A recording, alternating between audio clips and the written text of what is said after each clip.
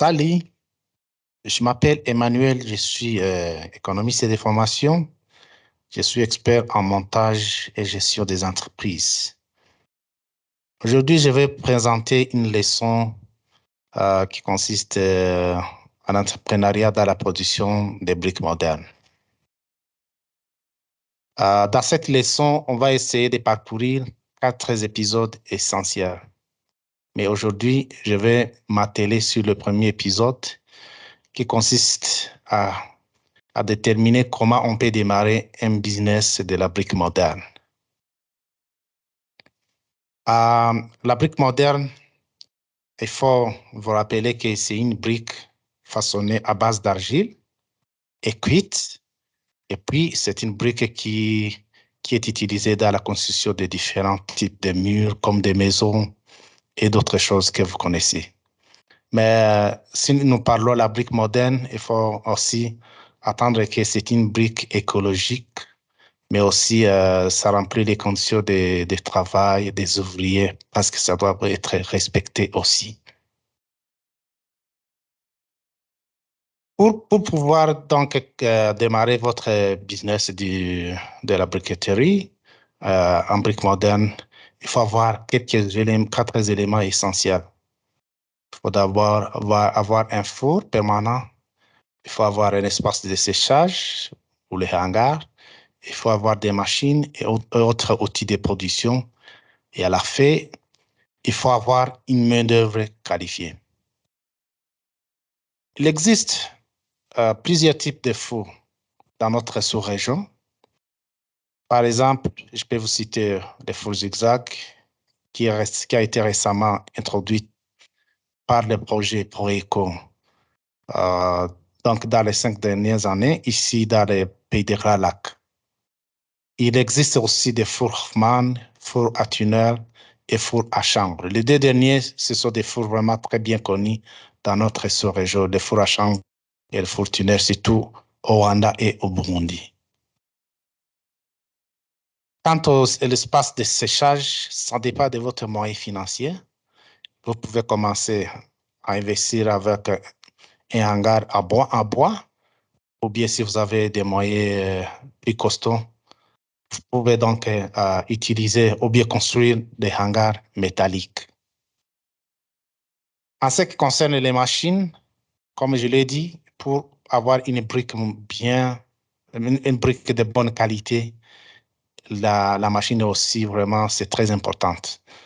Ça dépend de vos moyens encore. La machine manuelle peut vous servir à faire des produits, des briques modernes, peut-être de qualité B, mais grâce à la machine motorisée, là, ça vous permet vraiment d'avoir une brique de très bonne qualité et surtout une brique qui doit être compétitive sur le marché et sur laquelle, au niveau des constructions, ça va vraiment réduire les coûts de construction.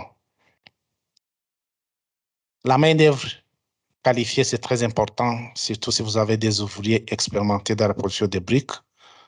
Il faut aussi des ouvriers qui sont capables de faire des réparations et maintenance des machines et d'autres outils de production. Alors, pourquoi je dois vraiment investir dans la brique moderne? La brique moderne présente beaucoup d'opportunités. Si vous voyez, par exemple, comment notre sous-région, la croissance urbaine est en train de croître, surtout dans les grandes villes comme Kigali, Bujumbura et Bukavu, la demande de logements décents vraiment accroît à un rythme annuel de 4 à 6%. Mais aussi, nos villes ont été construites dans des années 90, même avant. Donc, elles sont vieilles. La plupart de nos villes, dans des quartiers, plus ou moins 70% sont vraiment des quartiers vieux. Alors, la transformation aussi s'accélère, donc la demande en matière de construction. Si vous voyez aussi la capacité actuelle d'offrir la brique moderne, comme je l'ai dit, nous sommes très limités, même à moins de 40%. Souvenez-vous que dans notre sous-région, on a vraiment l'abondance de l'argile, ce qui veut dire qu'on peut produire autant qu'on veut, il suffit seulement de vous organiser. La brique moderne présente une rentabilité exceptionnelle. Avec juste un prix dérivé de $75 pour 1000 briques, vous pouvez vendre ces briques-là à un prix de $135. Ce qui veut dire que vous avez un profit brut de $60 pour 1000 briques. Jamais ailleurs, pour les matériaux de construction, vous pouvez avoir un tel profit. Alors, pour commencer donc à investir dans la brique moderne, il y a quelques étapes essentielles que vous êtes censé de savoir. La première étape consiste à mener une étude de faisabilité.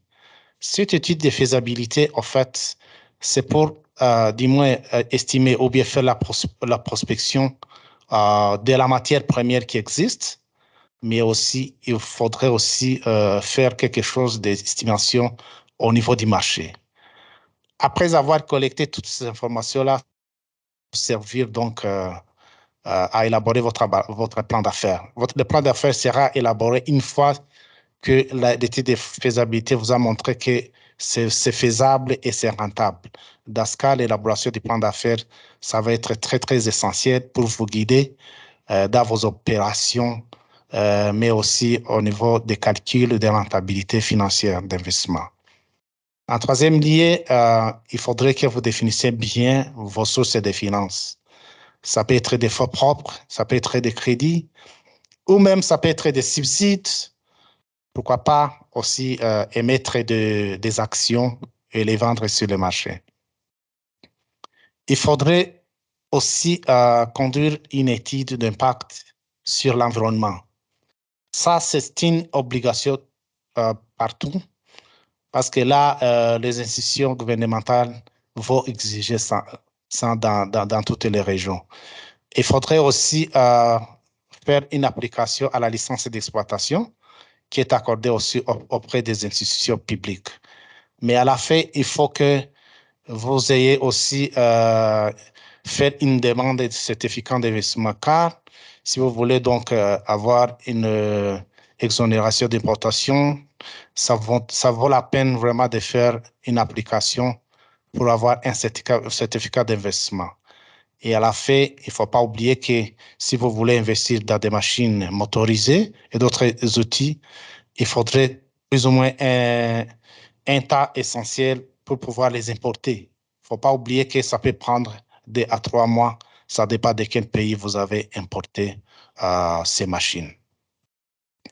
Voilà, nous venons de vous présenter le premier épisode qui consistait à vous montrer comment on peut démarrer un business de la brique moderne. Notre prochain épisode, ça va s'atteler de comment on peut élaborer un plan d'affaires bancable et puis les soumettre à la banque. À la fin, on verra les 2 épisodes qui restent, mais je vous souhaite donc une agréable journée. On se verra donc pour le deuxième épisode de notre leçon sur l'entrepreneuriat dans la brique moderne. Merci et bonne journée.